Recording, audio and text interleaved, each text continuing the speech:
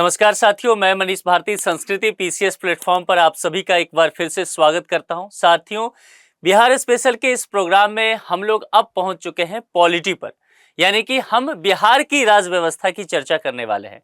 हमने पहले ज्योग्राफी देख लिया, हम उसके बाद हिस्ट्री पूरा पढ़ चुके हैं। हिस्ट्री में भी हमने देखा एंशिएंट, मिडाइवल और मॉडर्न हिस्ट्री। अब उसके बाद हम यहाँ से राज व्यवस्था की पढ़ाई शुरू करने वाले हैं आज के लेक्चर से। और पहला लेक्चर जो होने वाला है वह बिहार की राज व्यवस्था और इसके विषय में जो परिचय है उसको लेकर के हम चर्चा करने वाले हैं जरा विस्तार से। देखिए, जब बिहार की राज व्यवस्था की चर्चा करेंगे ना, तो निश्चित तौर पर हमें यह देखना होगा लोकतंत्र या प्रजातंत्र की नींव। भारत में को कहा जाता है कि यह दुनिया का सबसे पुराना लोकतंत्र वाला जगह है, गणतंत्र का जगह है। ऐसा क्यों? क्योंकि वह बिहार के वजह से, और बिहार में वह जगह रहा वैशाली। वैशाली गणराज्य के विषय में कहा गया कि यहाँ पर प्रजातंत्र की व्यवस्था जो है वह बहुत पुराने समय से रहा, जो कि हमने हिस्ट्री में चर्चा किया भी था। तो यही चीजें यहाँ पर बिहार को एक अलग महत्व देता हुआ नजर आता है। समय के साथ जो है, आजादी से पूर्व भी, ब्रिटिश जब यहाँ पर थे तब भी, उसके बाद भी क्रमिक रूप से राज व्यवस्था का विकास होते रहता है और विभिन्न अंग आयाम इसके जो है नए नए बनते चले जाते हैं। चलिए तब उन चीजों को विस्तार से देखते हैं कि प्रांत के रूप में बिहार किस तरह से निर्माण में हुआ। जैसा कि आप जानते हैं कि पहले क्या होता था कि आज का जो पश्चिम बंगाल है, आज का जो बांग्लादेश है, आज का जो आप कह सकते हैं बिहार है, जो झारखंड है और जो उड़ीसा है, ये सब एक समय एक ही जगह हुआ करता था, ये सब बंगाल ही हुआ करता था। लेकिन समय के साथ क्या हुआ, अंग्रेज सरकार की फूट डालो राज करो की नीति के वजह से इन सब का समय समय पर बंटवारा होता चला गया। तो उसी में क्या हुआ कि एक पृथक राज्य की व्यवस्था किया गया। बंगाल विभाजन आपने पढ़ा होगा, इतिहास में मैंने आपको ये सारी चीजें पढ़ाया है। तो पृथक प्रांत के रूप में अगर आप देखेंगे तो बिहार को बंगाल से अलग की जाने की बात की गई और इसकी घोषणा जो है 1911 ईस्वी में कर दिया गया। लेकिन ध्यान देना है, घोषणा 1911 में हुआ था, लेकिन बिहार बंगाल से एक पृथक राज्य के रूप में जब गठित हुआ तो वह तारीख 22 मार्च 1912 ईस्वी को। ठीक है, अब यहां पर एक और बात ध्यान दीजिए कि उस वक्त बंगाल से तो बिहार अलग हो गया, लेकिन उस वक्त जो बिहार अलग हुआ 1912 में, उसमें आज के कुछ और अन्य राज्य शामिल थे। जैसे कि आज का बिहार तो था ही, और बिहार के अलावा जो आज का झारखंड है वह भी, और आज का जो उड़ीसा है वह भी शामिल था। लेकिन समय के साथ क्या हो गया, एक ऐसा वक्त आया 1936 का 1 अप्रैल के दिन। उस दिन क्या होता है, उड़ीसा राज्य बिहार से पृथक हो जाता है। तो आप सोचिए, अब उड़ीसा भी बाहर जा चुका है, अब बिहार के पास क्या बचता है, तो बिहार और आज का झारखंड। लेकिन समय के साथ समय की रफ्तार और आगे बढ़ती है। प्रशासनिक दृष्टिकोण से ऐसा लगता है 90 के दशक अंत होते होते कि छोटे राज्यों की जरूरत है देश को। इसी के तहत कई राज्यों का बंटवारा कर दिया गया 2000 ईस्वी में। जैसे कि उत्तर प्रदेश से उत्तराखंड बन गया, मध्य प्रदेश से छत्तीसगढ़ निकल गया। ऐसे ही बहुत विवाद मचा और यह हुआ कि आदिवासी या वनवासी जो लोग हैं उनके लिए एक प्रांत होना चाहिए जहां पर उनके जो अधिकार है, जल, जंगल, जमीन, उनसे संबंधित बातें की जानी चाहिए, उनकी आवाज विधानसभा में पहुंचे। और इस बात को लेकर के फिर तय हुआ कि क्यों ना बिहार का बंटवारा कर दिया जाए। हालांकि इसको लेकर के उस वक्त राजनीतिक सरगर्मी जो है बहुत तीव्र हुआ। लोगों ने कहा ऐसा नहीं होने देंगे, लेकिन अंततः ऐसा हुआ और वो तारीख था 15 नवंबर 2000 ईस्वी। 15 नवंबर 2000 ईस्वी को क्या होता है कि बिहार का जो दक्षिणी हिस्सा है, जिसे आज हम झारखंड कहते हैं, अगर देखेंगे उस वक्त का बिहार के क्षेत्रफल के हिसाब से तो तकरीबन 42% हिस्सा के साथ झारखंड यानी कि बिहार का दक्षिणी हिस्सा एक अलग प्रांत के रूप पर भारत में जाना जाने लगा। तो अब ये चीजें यह हो गया कि आज जो बिहार है उस बिहार में अब झारखंड भी नहीं रहा, उड़ीसा भी नहीं रहा, बंगाल से भी अलग हो गया। आज बिहार में देखेंगे कि भाषा और बोली के आधार पर फिर भी क्षेत्र देख ले तो एक बड़ा क्षेत्र आपको मिथिला दिखेगा जो कि गंगा के उत्तर में है, दूसरा आपको मगध दिखेगा जो कि गंगा के दक्षिण में है और भोजपुरी बेल्ट भी दिखेगा, तकरीबन 7-8 डिस्ट्रिक्ट जहां पर भोजपुरी भाषी लोग भी जो वह रहते हैं। अगर क्षेत्रफल के लिहाज से देखेंगे भारत में बिहार का स्थान तो वह 13वां स्थान है। ये सब चीजें आपको ध्यान रखना है। वही जनसंख्या के लिहाज से बात करेंगे पूरे भारत में तो बिहार का 3रा स्थान है। हाल ही में जो जातिगत सर्वे हुआ था जिस पर बहुत विवाद मचा, बिहार सरकार ने कराया था अपने संसाधन के दम पर, उसके तहत कहा गया है कि बिहार की जनसंख्या जो है वह छलांग लगाते हुए 13 करोड़ के पार निकल गई है। तो ये सारी चीजें एक प्रांत के रूप में बिहार की बात करते हैं। राज्य प्रशासन की तरफ चलते हैं, चीजों को समझने की कोशिश करते हैं। भारतीय संविधान के भाग 6 पर हम लोग चलेंगे और जब वहां घूमेंगे तो हम पाएंगे कि अनुच्छेद 152 से अनुच्छेद 237 के अंतर्गत राज्य प्रशासन के विषय में कुछ कहा गया है। अब राज्य प्रशासन के विषय में जब कुछ कहा गया है तो वहीं पर हम ये पढ़ते हैं अपने पॉलिटी में, मैं आगे बताऊंगा अभी इसमें। तो उसमें एक बातें किया गया है कि 3 भागों में बांट देते हैं। एक वक्त हुआ करता था जब राजतंत्र हुआ करता था, प्रजातंत्र नहीं। राजतंत्र में क्या होता था? राजा ही सर्वोपरि होता था, राजा ही ईश्वर होता था, राजा ही कानून बनाता था, राजा ही उस कानून के कार्यपालन का काम करता था और किसी ने उस कानून को नहीं माना तो राजा ही दंड विधान भी तय करता था। यानी कि विधायिका, कार्यपालिका और न्यायपालिका, इन तीनों की शक्ति जो है राजा में ही निहित होता था।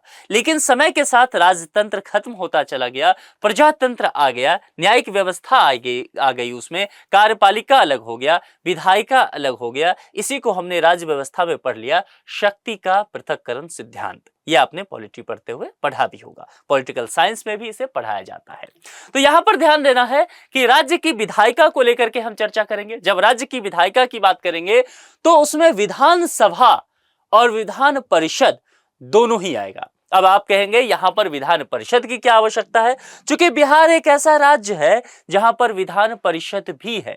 भारत के केवल 6 ऐसे राज्य हैं जहां पर विधान परिषद की व्यवस्था किया गया है, जिसमें एक है अपना बिहार, दूसरा यूपी, कर्नाटक, महाराष्ट्र, आंध्र प्रदेश और एक और राज्य वहां से बंटवारा हो गया था 2014 में, आपको ध्यान होगा, नया राज्य बना तेलंगाना। तो तेलंगाना में भी विधान परिषद की व्यवस्था है। तो कुल मिलाकर के ये 6 राज्य हैं। ठीक है, तो यहां पर इतनी बातें विधायिका के संदर्भ में। जब विधायिका से आगे बढ़ेंगे तो हम कार्यपालिका के पास पहुंचेंगे। मैं इसको डिटेल से बताऊंगा, बस अभी आपको हिंट दे रहा हूं।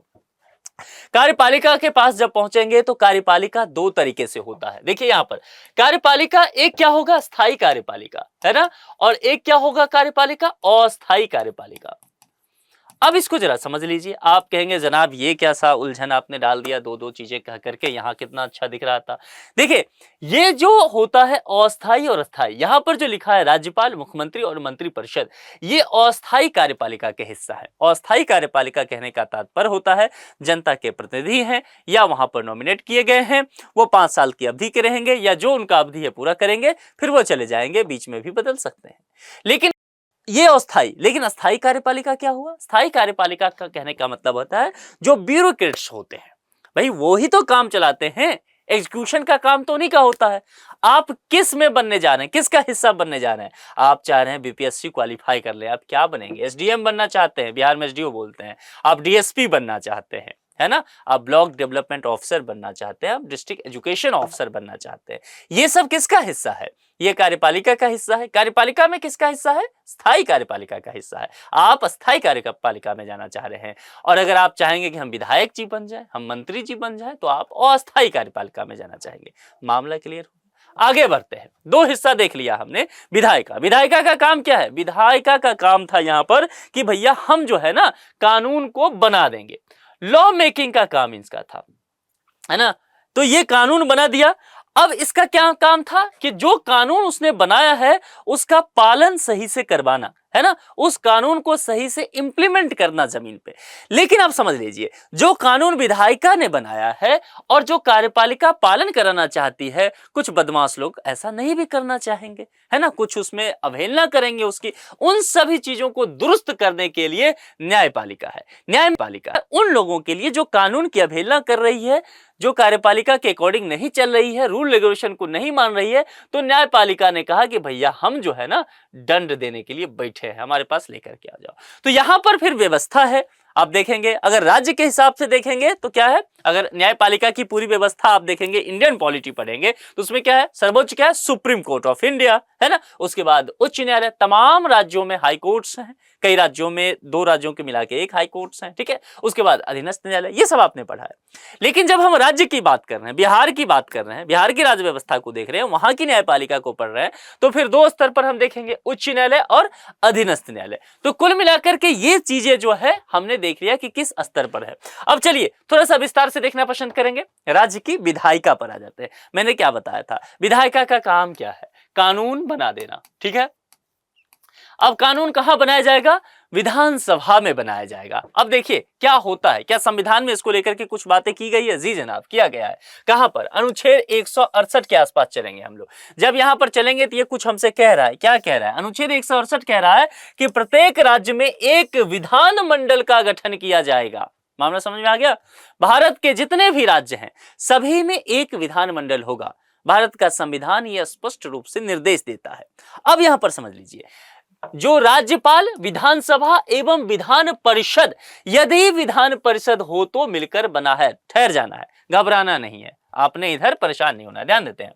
सबसे पहले हम लोग संसद को जरा देख लेते हैं एक नजर, है ना, क्योंकि हम तो पढ़ रहे हैं राज्य की राज्य व्यवस्था, लेकिन फिर भी संसद थोड़ा देखते हैं। जब मैं आपको बोलता हूं संसद तो आपके दिमाग में क्या चीजें आ रहा है, मैं आपको बोलता हूं, चलिए थोड़ा सा और देता हूं कि संसद जो है ना 3 चीजों से मिलकर के बना है। अब सोचिए, तो अब यहां पर कहेंगे, जब हम पार्लियामेंट बोलते हैं तो हम लोग के दिमाग में अक्सर क्या आता है कि वह लोकसभा होगा और राज्यसभा होगा। तो क्या लोकसभा संसद का हिस्सा है? क्या राज्यसभा संसद का हिस्सा है, अपर हाउस यही है। लेकिन क्या यही पर्याप्त है? मैंने कहा है भाई 3 है, आप कहेंगे 3 है, एक तो और बता दो। तो आम आदमी में और सिविल सर्विसेज एस्पिरेंट में यही अंतर होता है, वह हर बात को बारीकी से जानता है। यहां पर जो लोकसभा है, राज्यसभा है संसद का अंग, लेकिन एक और हिस्सा है, वह क्या हिस्सा है, प्रेसिडेंट ऑफ इंडिया, भारत के राष्ट्रपति भी इसका हिस्सा है। इसीलिए जब कोई कानून लोकसभा राज्यसभा से पास हो जाता है और छुक छुक गाड़ी देखते होंगे चलता हुआ किधर जाता है, राष्ट्रपति भवन की तरफ, मीडिया वाले पीछे जाते हैं कि भाई राष्ट्रपति सिग्नेचर कर देंगे तभी कानून की शक्ल में वो आएगा, समझ रहे हैं, तभी गजट में उसे प्रकाशित किया जाएगा। तो ये किसके लिए है, संसद के लिए। मामला समझ में आ गया। अब यहां से कट कॉपी पेस्ट मारिए, भाषा बस बदल दीजिए थोड़ा सा, विधायिका पे आ जाइए। राज्य की बात करेंगे, देश में यह है संसद, राज्य में कौन है, यहां पर विधानमंडल। अब इसमें कहा गया कि भाई 168 के तहत कि एक विधानमंडल होगा प्रत्येक राज्य में। अब यह विधानमंडल बनेगा कैसे, तो इसमें भी 3 अंग होंगे, जैसे यहां। तो यहां कह दिया गया जैसे लोकसभा है तो इसमें क्या होगा, विधानसभा होगा, है ना। यह निम्न सदन होगा विधानसभा, जैसे कि लोकसभा निम्न सदन है। यहां पर क्या कह दिया गया, राज्यसभा है, तो यहां कह दिया गया कि भाई विधान परिषद होगा। और विधान परिषद क्या है, यह अपर हाउस है, उच्च सदन है। लेकिन भैया ये बता दो कि क्या हर राज्य में विधान परिषद है, नहीं ना है, 6 राज्य में है जी। तो यहां पर इसलिए पूछा गया है, कह दिया गया विधान परिषद, यदि विधान परिषद हो तो। मामला समझ में आ गया। जिस राज्य में विधान परिषद है वो विधान परिषद क्या आके लेके चलेगा, जिसके पास है ये नहीं वो क्या करेगा।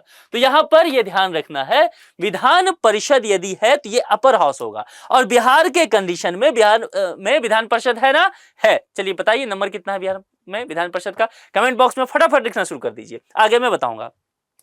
अब देखिए राष्ट्रपति महोदय आ गए यहां पर देश में, संसद में। तो राज्य में विधानमंडल में कौन आ जाएंगे, गवर्नर साहब आ जाएंगे, जो राज्यपाल हैं। राज्यपाल साइन करेंगे तभी ना कानून बनेगा। तो कुल मिलाकर के यहां पर भी कितने हो गए, 3। लेकिन ध्यान देना है 3 कब, जब विधान परिषद है, अगर नहीं तो ऐसे राज्यों में 2 ही। उत्तराखंड में क्या होगा, 2 ही होगा ना। मध्य प्रदेश छत्तीसगढ़ में क्या होगा, 2 ही अंग होगा। तो ऐसे सोचना है। लेकिन अब मैं पूछूं कर्नाटक में, मैं पूछ दूं महाराष्ट्र में, यूपी बिहार में, आंध्र प्रदेश तेलंगाना में, इस 6 जगह पर ये 3 अंग। इतना मामला समझ में आ गया। अगर इतना मामला समझ में आ गया है तो आगे बढ़ जाते हैं। विधानसभा निम्न सदन है, बता चुका हूं, और विधान परिषद उच्च सदन है, जैसे यहां पर लोकसभा राज्यसभा के अंतर्गत होता है। इतना मामला क्लियर, आगे बढ़ जाए। अब जरा विधान परिषद को पढ़ लें, क्योंकि ये अलग से है बिहार में। बिहार में विधान परिषद तो है ना जी, तो इसको पढ़ना है तो थोड़ा सा अलग से पढ़ लेते हैं, 5 मिनट लगेगा, देख लेते हैं इसको। देखिए अब यहां पर समझिए, यह विधानमंडल का द्वितीय सदन अथवा उच्च सदन है, अपर हाउस है। ठीक है, तो यहां पर जो मेंबर होंगे, आप मुझे बताएंगे कि जो मेंबर होंगे उनकी उम्र सीमा भी ज्यादा हो जाएगी ना। अपर हाउस की बात किया गया है। अब देखिए जैसे राज्यसभा में होता है डिट्टो वैसा चलना है। देखिए इसमें सदस्यों की संख्या, ध्यान से एक एक शब्द देखिएगा, राज्य व्यवस्था में शब्दों का बेहद महत्व है। इसके सदस्यों की संख्या कम से कम 40, यानी कि मिनिमम 40 होना चाहिए ना। कम कितना, तो 40, ठीक है। और अधिक से अधिक विधानसभा सदस्यों की संख्या का 1/3। तो जितना भी विधानसभा का सदस्य होगा उसका कितना, 1/3। बिहार में कितना है, तो 243, 243 का 1/3, कम से कम मतलब अधिक से अधिक। तो इस स्थिति में यानी कि 40 या जो है इसने संख्या के 1/3 तक जाना है, मतलब एक रेंज फिक्स कर दिया गया है। 1912 में बिहार विधान परिषद का गठन किया गया। 1912, आपको ध्यान होगा मैंने बताया ना अभी कि 1912 में ही बंगाल से बिहार पूरी तरह से अलग हो गया, विभाजित हो गया, अंग्रेजों ने ऐसा कर दिया, तो वह 1912 था। अब उसी समय से विधान परिषद का भी यहां पर गठन कर दिया गया। इसमें बता दिया गया सदस्य वगैरह क्या कैसे होगा, तो देखिए जिसमें 3 पदेन सदन की व्यवस्था की गई। 21 को कहा गया कि भैया आपको निर्वाचित होना पड़ेगा, और 19 को कहा गया कि आप निर्वाचन के झंझट से बाहर रहिए, आपको मनोनीत करेंगे। मामला समझ में आ गया। अब देखिए यह पूछा जाएगा कि विधान परिषद की प्रथम बैठक के विषय में जरा हमको बताइए, आप कितना जानते हैं। तो इसकी प्रथम बैठक जो है 20 जनवरी 1913 को पटना कॉलेज बांकीपुर के सभागार में हुआ था। इसको जरा 5 स्टार लगाना पसंद करेंगे, लगा लीजिए। ये पहले प्रश्न पूछा जा चुका है, तो आगे भी पूछा जाएगा, है ना, तो देखना है। आगे बढ़ते हैं। 22 नवंबर 1921 ईस्वी को बिहार विधान परिषद में महिलाओं को मताधिकार दिए जाने संबंधी विधेयक पारित हुआ। देखिए कितना प्रोग्रेसिव अपना बिहार है। यहां पर 22 नवंबर 1921 लिखा हुआ है। देश कब आजाद हुआ था, 1947 में। और महिलाओं को मताधिकार कब मिल गया था विधान परिषद में बिहार में, 1921 ईस्वी में 22 नवंबर को। मामला समझ में आ रहा है ना। तो जो बिहार के गौरवशाली लोकतांत्रिक इतिहास में से एक महत्वपूर्ण बिंदु है, निश्चित तौर पर रहेगा। 28 मार्च 1936 को बिहार के लिए अलग विधान परिषद का गठन किया गया। ठहर जाना है, क्या कहा है, 28 मार्च 1936 को बिहार के लिए अलग विधान परिषद की व्यवस्था किया गया। क्यों भाई, क्योंकि 1936 में उड़ीसा अलग हो गया था। मामला समझ में आ गया। तो उसके लिए फिर से यहां विधान परिषद अलग से हो गया। बिहार विधान परिषद नेवा प्लेटफॉर्म पेपरलेस मोड पर जाने वाला देश का पहला सदन बन गया। ठहर जाना है, यह प्रश्न आएगा और आ चुका है। इंपॉर्टेंट मार्क कीजिए, शब्द पर ध्यान दीजिए। दूसरे कलर से दिखाता हूं, थोड़ा सा लाइट मारेगा। देखिए क्या लिखा हुआ है, विधान परिषद। गलती से भी विधानसभा नहीं पढ़ना है इसको, मैं विधान परिषद के बारे में बता रहा हूं, यहां से प्रश्न बनने की संभावना रहता है। तो क्या कहा गया है, बिहार विधान परिषद नेवा प्लेटफॉर्म यानी कि पेपरलेस मोड पर जाने वाला देश का पहला सदन बन गया है। देश का पहला सदन विधान परिषद के हिसाब से। विधानसभा की जब बात करेंगे ना, तो दोस्तों नागालैंड को टिक लगाइएगा, नागालैंड ऐसा करने वाला है। अब ये नेवा क्या बला है, ये तो जानना चाहेंगे। दरअसल क्या है, नेशनल ई विधान एप्लीकेशन, इसका पूरा फुल फॉर्म है नेशनल ई विधान एप्लीकेशन। आप लोग कुछ और जानते हैं, जानकारी इकट्ठा किया, कमेंट बॉक्स में लिखिएगा। अब ये समझ लीजिए, नेवा प्लेटफॉर्म पेपरलेस मोड है ना। कहने का तात्पर्य है कि बिहार सरकार ने तय किया कि हम अपने उच्च सदन को, विधान परिषद को पेपरलेस बना देंगे। अब कागज पत्तर लेकर कैसे नहीं जाएंगे पढ़ते हुए वहां जो विधान परिषद के सदस्य हैं कि भाई ये प्रश्न है, इसका ये जवाब देना। नहीं, टैब रहेगा सबके पास, वहीं पर देखेंगे, इंटरनेट रहेगा, वाईफाई रहेगा, फटाफट खटाखट सारा काम होगा। तो यही सारी चीजें यहाँ पर विधान परिषद में बिहार सरकार के द्वारा किया गया, पेपरलेस मोड सारा काम काज, ठीक है। और विधानसभा के हिसाब से नागालैंड के पास आपको जाना है, ठीक है। तो ये चीज भी बता दिया हूं, कंफ्यूज नहीं होना, वो बिहार नहीं है। बिहार सरकार द्वारा वर्ष 2021 में शीतकालीन सत्र को पूरी तरह से पेपरलेस मोड में आयोजित किया गया था, ठीक है। मार्च 2022 की अगर बात करेंगे तो नागालैंड, यहां देखिए लिखा भी है, नागालैंड विधानसभा नेवा प्लेटफॉर्म पर आने वाला देश का प्रथम विधानसभा बन गया था। विधान परिषद नहीं, विधानसभा। नागालैंड में तो विधान परिषद है ये नहीं ना, है, तो इसीलिए यहां पर विधानसभा। मामला समझ में आ गया। आगे बढ़ जाए, कुछ और फैक्ट हैं। देखिए यहां पर कुछ फैक्ट मिलेगा, देखते चलिए, क्योंकि विधान परिषद अलग से है इस राज्य में, इसीलिए इंपॉर्टेंट है। विधान परिषद के सदस्यों का कार्यकाल, ये सब आप पढ़ चुके हैं, पॉलिटी का हिस्सा है, आप जानते हैं, 6 साल का होता है। और इसमें जो है ऐसा नहीं होता कि एक ही साथ सभी हो गए, जैसे लोकसभा में या विधान मंडल में होता है कि विधानसभा में कि एक ही साल फिर सबका चुनाव होगा। नहीं, 1/3 सदस्य क्या होते हैं, हर दूसरे वर्ष की समाप्ति पर क्या करते हैं, अवकाश ग्रहण कर लेते हैं। और फिर इसमें मैंने एक चीज बताया था क्योंकि ये उच्च सदन है जैसे राज्यसभा, तो इसमें जो सदस्य बनेंगे उनकी उम्र भी थोड़ा ज्यादा रखा जाएगा, है ना। जैसे लोकसभा से में 25-30 ऐसे है, राज्यसभा में तो ऐसे यहाँ भी होगा। यहाँ पे भी जो उम्र कर दिया जाएगा वह 30 वर्ष तक रख दिया जाएगा। और अन्य अर्हताएं जो है वह संविधान के अनुच्छेद 173 द्वारा इसमें निर्धारित की गई है। अब यहाँ पर समझिए मैंने क्या कहा था, निर्वाचन, मनोनयन, ये सब पहले बताया था ना। तो 1/6 भाग जो है मनोनयन राज्यपाल द्वारा किया जाएगा। किस फील्ड से, कोई साहित्य से आ गए, कोई कला से आ गए, विज्ञान में बहुत अच्छा काम किया है, सहकारी आंदोलन, समाज सेवा के क्षेत्र में बढ़िया उत्कृष्ट कार्य किया है, तो उनको मनोनीत किया जा सकता है। विधान परिषद के सदस्य सत्र की अध्यक्षता जो है सदस्यों द्वारा जो निर्वाचित सभापति तथा उपसभापति द्वारा की जाती है। जो विधान परिषद के सदस्य हैं वही निर्वाचित करेंगे अपने बीच में से एक। जो भैया आप जो है सभापति लग रहे हैं, ठीक ठाक, आप उपसभापति बन जाइए, सत्र आप ही चलाएंगे, तो वैसा होगा। यदि किसी राज्य की विधानसभा अपने कुल सदस्यों के, ध्यान देना है यहां पर, अपने यदि किसी राज्य की विधानसभा अपने कुल सदस्यों के पूर्ण बहुमत तथा उपस्थित व मतदान करने वाले 2/3 बहुमत के प्रस्ताव से प्रस्ताव पारित करे तो भारतीय संसद उस राज्य में विधान परिषद का गठन या उत्पादन कर सकती है। ध्यान देना इस पॉइंट को। यानी कि जब मैं आपसे बोला कि भारत में केवल 6 राज्य ही हैं जिसमें विधान परिषद की व्यवस्था है, तो आपको चौकन्ना होना चाहिए। काहे 6 राज्य है जी? उत्तर प्रदेश में है तो उत्तराखंड में क्यों नहीं है? गुजरात में क्यों नहीं है? मोदी जी का राज्य है तो मोदी जी के राज्य में क्यों नहीं है? तमिलनाडु में क्यों नहीं है? तो यहां पर ध्यान देना है, इसके लिए एक व्यवस्था है और व्यवस्था के तहत यही बातें यहां कहा गया है कि कोई भी राज्य हो उसका मन करे कि हमारे यहां भी विधान परिषद होना चाहिए, उच्च सदन हम भी अपने यहां रखेंगे, तो उसको करना क्या है कि उस विधानसभा में अपने कुल सदस्यों के पूर्ण बहुमत तथा उपस्थित व मतदान करने वाले 2/3 बहुमत से एक प्रस्ताव पारित कर देना है। और वो प्रस्ताव पारित करके कहां भेज देना है? भारत के संसद में। भारत का संसद अब उस पर विचार करेगी कि विधान परिषद बनना है कि नहीं।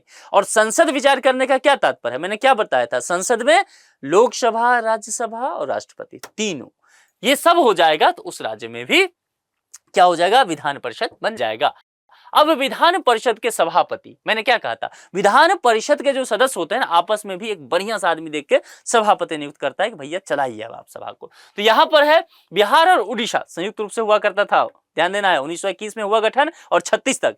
तो बिहार और उड़ीसा विधान परिषद के सभापति और इनके कार्यकाल क्या क्या रहे, देखिए। सभापति के नाम यहां पर है, यह प्रश्न आता है, सर वाल्टर मोडे, ठीक है। तो ये जो मोडे साहब है ना, ये बिहार और उड़ीसा वाला संयुक्त विधान परिषद था तब 1921 ईस्वी में ये कार्यकाल। और फिर सच्चिदानंद सिन्हा जो हो गए, खान बहादुर ख्वाजा हो गए, फिर बाबू निरसू नारायण सिंह हो गए और बाबू रंजनधारी सिंह हो गए, ये इनका कार्यकाल रहा। यही 5 थे। उसके बाद तो फिर 1936 में आप जानते हैं कि उड़ीसा बिहार से अलग हो गया, फिर उड़ीसा के पास विधान परिषद खत्म हो गया, वो बिहार के हिस्से में आ गया 1936 में। प्रमुख तथ्य समझ लीजिए, ये पूछा जाता है प्रथम सभापति बिहार एवं उड़ीसा के, अभी मैंने वाल्टन साहब का नाम लिया, सर वाल्टन मोरे हो गए 1921 ईस्वी। प्रथम सभापति स्वतंत्रता के पूर्व बिहार में कौन थे? राजीव रंजन प्रसाद सिंह 1937 से 1948, 37 में ही बने, स्वतंत्रता के पूर्व। प्रथम सभापति क्या स्वतंत्रता के पश्चात? तो ऐसे प्रश्न पर ध्यान देना है। श्यामा प्रसाद सिंह 1948 से 52, 47 में आजाद हुआ। तो उसके बाद वर्तमान सभापति कौन है? श्री अवधेश नारायण सिंह। किस चीज के? विधान परिषद के। ध्यान देना है, विधानसभा के नहीं। विधानसभा के अध्यक्ष फिलहाल कौन है? नंदकिशोर यादव, ये ध्यान रखना है। और यहां जो है ये विधान परिषद में सभापति श्री अवधेश नारायण सिंह है। तो ये चीजें, कुछ चीजें ध्यान रखेंगे सही रहेगा। बिहार विधान परिषद के सभापति, उनके कार्यकाल यहां पर जो है शुरुआत से आप देख रहे हैं। और ये जो है 1937 से बताया गया है, यानी कि उड़ीसा वाला हटा देना है। 1936 में जब बना उसके बाद की ये स्थिति आपको यहां पर आंकड़ा दिख रहा है। एक बार नजर मार लेंगे तो अच्छा रहेगा, और कहीं नजर मारने में याद हो जाए तो बहुत अच्छा रहेगा। श्री अवधेश नारायण सिंह जो है वह वर्तमान में, मैंने बताया था कि अभी से वही कार्यभार चला रहे हैं। तो विधान परिषद खत्म कर दी है हम लोग पढ़ के। अब आ जाते हैं, अच्छा एक चीज विधान परिषद में बता देता हूं, जो मैं बता रहा था ना कि राज्य अपना प्रस्ताव पारित करके भेज सकते हैं, तो 6 राज्य मैंने बताया था। लेकिन एक और राज्य है जिसने ये कहा कि हम अपने यहां विधान परिषद बनाएंगे। कौन सा राज्य है? ममता दीदी का राज, पश्चिम बंगाल। पश्चिम बंगाल में ममता दीदी ने वादा किया कि हम विधान परिषद अपने यहां बनाएंगे। इसको लेकर के कवायद भी तेज की गई। 6 जुलाई 2021 वो वक्त रहा, वो तारीख रहा, साल रहा जब बंगाल के विधानसभा ने आर्टिकल 169 के तहत इस प्रस्ताव को पास कर दिया कि हम लोग अपने राज्य में भी विधान परिषद चाहते हैं। समर्थन में कुल 196 वोट पड़े और यह मामला जो है अब संसद के पास है और संसद में दोनों सदन देखेंगे, लोकसभा, राज्यसभा, फिर राष्ट्रपति और ये सब हो जाता है तो बंगाल में भी विधान परिषद बन जाएगा। क्या दिक्कत है? तो 7वां ये ध्यान रखना है कि 7वां के लिए प्रस्ताव पास होकर के रखा हुआ है पार्लियामेंट में। मामला समझ में आ गया? अब विधानसभा पढ़ लेते हैं फटाफट।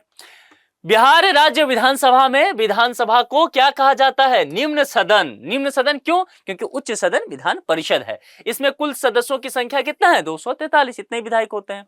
नवंबर 2000 में बिहार राज्य पुनर्गठन अधिनियम 2000 के तहत एंग्लो इंडियन की सीट झारखंड के पास चली गई थी। झारखंड अलग हो गया ना 2000 में, तो उसके पास चला गया।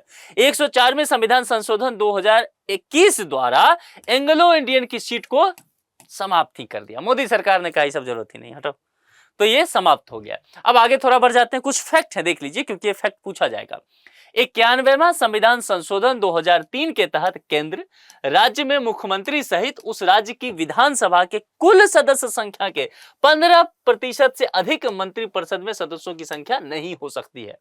मतलब मोटे तौर पे समझ लीजिए कि ये आप जानना चाहते होंगे ना कि ये बता दीजिए कि सर किसी राज्य में कितने मिनिस्टर बन सकते हैं, है ना? जैसे नीतीश कुमार हैं तो नीतीश कुमार के कैबिनेट में कितने मिनिस्टर रख सकते हैं? क्या नीतीश कुमार जिसको चाहेंगे वो कैबिनेट मिनिस्टर बना देंगे? ये समझना पड़ेगा, है ना? तो वो बताया गया है। नंबर है 91वां संविधान संशोधन 2003 कुछ कहता है और इसके तहत कहा गया है कि मुख्यमंत्री सहित, नीतीश कुमार खुद भी उसमें है, तो मुख्यमंत्री सहित उस राज्य की विधानसभा के, ध्यान से, कुल सदस्य संख्या, अब विधानसभा के कुल सदस्य संख्या कितना हो गया? 243। तो 243 का 15% से अधिक मंत्रिपरिषद में सदस्य संख्या नहीं हो सकता है। 243 का 15% निकाल लीजिएगा, हालांकि उसे कम ही रखा जाता है ना? जैसे केंद्र में भी जितना संख्या होना है उससे मेरे ख्याल से 8-9 मिनिस्टर कम है, शपथ जो लिए हैं, तो ऐसा रखा जाता है कि आगे चल के उसमें किसी को ऐड कर दिया जाए। भारतीय संविधान के अनुच्छेद 170 के अनुसार विधानसभा के प्रतिनिधियों को प्रत्यक्ष मतदान से वयस्क मताधिकार द्वारा निर्वाचित किया जाता है। मतलब आप लोग जाते हैं वोट डालते हैं, हो गया, यही लाइन मतलब था, ठीक है। इसकी अधिकतम संख्या 500 तथा न्यूनतम जो है 60 निर्धारित की गई है। सदस्यों का निर्वाचन वयस्क मताधिकार के अनुसार जो बताया है और संविधान के अनुच्छेद 173 द्वारा जो है वह निर्धारित किया गया है। विधानसभा के निर्वाचित सदस्यों अनुच्छेद 100 में से किसी एक सदस्य को अध्यक्ष तथा दूसरे को उपाध्यक्ष के रूप में नियुक्त किया जाता है। विधान परिषद में जो मैंने बताया था कि सभापति, उपसभापति होता है, अपने बीच में एक मुखिया को चुन लीजिए, है ना, एक उप मुखिया चुन लीजिए, ऐसा ही है विधान सभा में भी। विधानसभा में क्या है कि एक अध्यक्ष होंगे, एक उपाध्यक्ष होगा, अपने बीच में विधायक लोग बैठ जाता है, अपने बीच में चुन लिए, ठीक है, तो ये हो जाता है। अध्यक्ष तथा उपाध्यक्ष अपने कर्तव्यों का संचालन विधानसभा सचिवालय की सहायता से करते हैं, जिसका प्रधान क्या होता है? मुख्य सचिव कहलाता है। मामला समझ में आ गया? विधानसभा को राज्य के लिए कानून बनाने, भाई विधानसभा पहले ही बनाया है कि विधायक का क्या है उसका काम, कानून बनाएगा, बजट पास करवाएगा, कार्यपालिका पर अंकुश लगाने का भी तो काम है। मनमाना ढंग से एकदम कलेक्टर साहब कुछ कर रहे हैं तो भाई अंकुश भी लगाने का काम है, मिनिस्टर को जो मनमाएगा करेगा, ऐसा थोड़ी होता है। तो विधानसभा उस पर अंकुश लगाने का भी एक शक्ति देता है कि भाई इससे आगे आप नहीं जा पाएंगे, ये सारी चीजें करता है।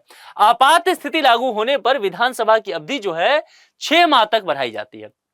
विधानसभा की अवधि कितनी है देश में? 5 साल है ना। अब मान लीजिए 5 साल में जो है कुछ स्थिति ऐसा हो गया, चुनाव नहीं हो सकता है कुछ भी, तो 6 माह तक उसको बढ़ा दीजिए, इसे पुनः 6 महीने और बढ़ा लीजिए, है ना। और इस प्रकार इस अवधि को 3 वर्ष तक बढ़ाया जाता है। राज्यपाल इसे 5 वर्ष से पूर्व भी भंग कर सकते हैं। राज्यपाल के पास ये बात रहता है कि उनको लगता है कि चीजें सही नहीं चल रहा है तो भंग करो। बिहार विधानसभा अध्यक्ष के विषय में चलिए 2-3 फैक्ट है, देखिए। प्रथम विधानसभा अध्यक्ष की बात करेंगे और इसमें भी स्वतंत्रता पूर्व की देखेंगे तो राम दयालु सिंह, नाम याद कर लीजिए, इंपॉर्टेंट है, आता है एग्जाम में। और प्रथम विधानसभा अध्यक्ष किसके बाद? स्वतंत्रता पश्चात, है ना, स्वतंत्रता के बाद तो विंध्येश्वरी प्रसाद वर्मा, ये नाम भी पूछा जा चुका है। और वर्तमान अध्यक्ष मैंने पहले ही बताया है, श्री नंद किशोर यादव, है ना। विधानसभा के लेकर के बात करिए। बिहार की राज्य व्यवस्था के सारगर्भित कुछ और तथ्य हैं, देख लीजिए यहाँ पर। विधानमंडल का रूप क्या है? द्विसदन, मतलब विधानसभा और विधान परिषद। विधानसभा में कुल सदस्यों की संख्या 243, विधान परिषद में दो सदस्यों की संख्या 75, बता चुका हूं। उच्च सदन 30 साल वाले होंगे यहाँ पर, उससे कम वाले नहीं आ सकते। विधानसभा में अनारक्षित स्थानों की संख्या 203, यानी कि 40 सीट क्या हो गया? आरक्षित हो गया, रिजर्व सीट है। मामला समझ में आ गया। विधानसभा में SC ST के लिए आरक्षित स्थान कितना है? 38/2, यहाँ के कटोरिया व मणिहारी। तो SC के लिए 38 है और 2 कितना है? ST के लिए, शेड्यूल्ड ट्राइब। शेड्यूल्ड ट्राइब 2 ही क्यों है? क्योंकि अधिकांशतः संख्या कहां चला गया? झारखंड, ध्यान रखना है, वही आदिवासी वाला राज्य बना ना। तो कटोरिया और मणिहारी 2 है जो ST के लिए है, ध्यान रखना है। बिहार में चुने जाने वाले लोकसभा के सदस्यों की संख्या कितनी है? 40। और बिहार से एक चीज और बताइए, राज्यसभा के सदस्यों की संख्या कितना है? 16, ये ध्यान रखना है। और लोकसभा में अनुसूचित जाति के लिए आरक्षित स्थान कितना रख दिया गया है? 6। ये कुछ फैक्ट है, कभी कभी पूछ लिया जाता है, ध्यान रखना है। प्रखंडों की संख्या 534 आ चुका है पहले, तो ध्यान रखना है। जिलों की संख्या 38 जानते हैं, जिला परिषद 38। पंचायत कितना है बिहार में? जरा लिख के बताइए तो, कमेंट बॉक्स में लिखिए कितना पंचायत है। बिहार से चुने जाने वाले लोकसभा के सदस्यों की संख्या कितना है? 40, बता चुका हूं। यहां पर ये देख सकते हैं कि पार्लियामेंट्री कॉन्स्टिट्यूंसी मैप ये है, 40 सीट यहां पर बिहार में है। तो कुल मिलाकर के आज हम लोगों ने क्या देखा? ठीक है, आज हम लोगों ने देखा कि बिहार की जो राज्य व्यवस्था है उसका एक ओवरऑल चीजें हमने देख लिया। अब हम धीरे धीरे आगे के लेक्चर में और डिटेल से चीजों को पढ़ेंगे। ठीक है, कुछ बोलना हो, कहना हो, बताना हो, बतियाना हो, कमेंट बॉक्स में आप लिख सकते हैं। लेक्चर कैसा लगता हो जरूर बताइए, और आपको क्या लगता है कि आपको किस टॉपिक पर और थोड़ा सा पढ़ाया जाना चाहिए, लेक्चर चाहिए, कमेंट बॉक्स में लिखिए। आज के लिए इतना ही, अपना बेहद ख्याल रखिए। बहुत बहुत शुक्रिया, थैंक यू सो मच।